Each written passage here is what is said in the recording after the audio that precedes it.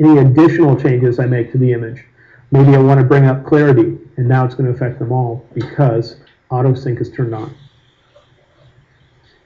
So then the question becomes, what does this word sync mean? It's got sync with 3 dots after it. Anytime you see 3 dots after something, it usually means if you click on that thing, it will show you some options to choose from. And so let's try to figure out what that would do. I'll go back to my grid and just grab some other images. I'm going to select these files and this file, and so all these files.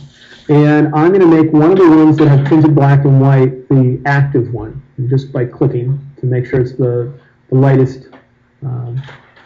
Remember, I have 4 images in here. I'm going to go hit order D to go develop. And what sync means is let's copy settings from the image I'm currently viewing and apply those settings to all the other images that are currently selected. So copy from this one, apply it to all the others. So when I click the word sync, it'll ask me which settings would you like to apply. Because it might only be the black and white conversion. It might be that every image needs to have a different brightness or something else. So in here I'll say I want to apply split toning, and maybe I want to apply the black and white mix. And I'll hit synchronize. When I do, it's going to steal the settings off of these and apply it to the others. If I go back to the grid view by typing G, it'll take a moment for them to update, but now you see they're black and white as well with the same toning.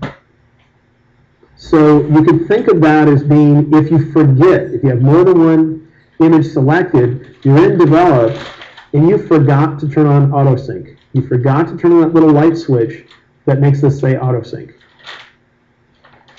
And you didn't realize you were adjusting just one image. You meant to be adjusting more than one. So then when you're done adjusting that image, auto sync would have been off, you click the sync button and say, okay, fine, let's copy settings from this picture and apply it to the others, because I forgot. Or maybe you didn't realize that that would be a great treatment for all the other images at the time. Also, if you just finished adjusting a large number of images with auto sync, and now it's only this picture, the one you're viewing, that needs the highlights darker. You still have the others selected, and you just don't want to affect all those. Fine, turn auto sync off, make a little change. Darken up those highlights. Then feel free to turn auto sync on, and now you're affecting all the images again if you make any additional changes. So I love the auto sync setting. I find it to be a pleasure to use, in the combination of auto sync and going down to the film strip to switch between pictures or selecting groups of pictures with that. So I don't always have to go back and forth between the library and the develop module, back and forth. Makes it so I can be really efficient. I'm sure we have some questions.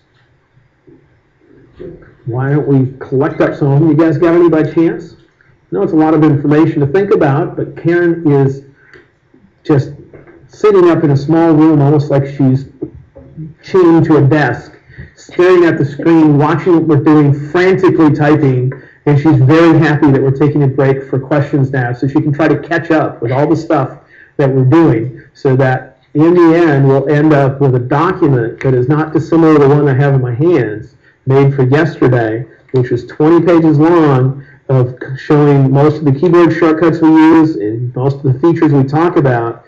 If there's anything we can get in there, we're capturing it. I'll review what Karen comes up with tonight after we're done, and if there's something that is missing that I can think of, or a keyboard shortcut or something, I'll have her add it. I'm sure there'll be a couple little things that we'll miss just because, you know, it's doing it live, but I think this is a pretty nice way to remember what's going on. Okay, well, we have a lot of questions. Can we go back? Sure. First we have one right here. Okay. And then it'll pop over. Yeah. Sure. So in the manual lens correction, you did a manual crop rather than using the constrained crop.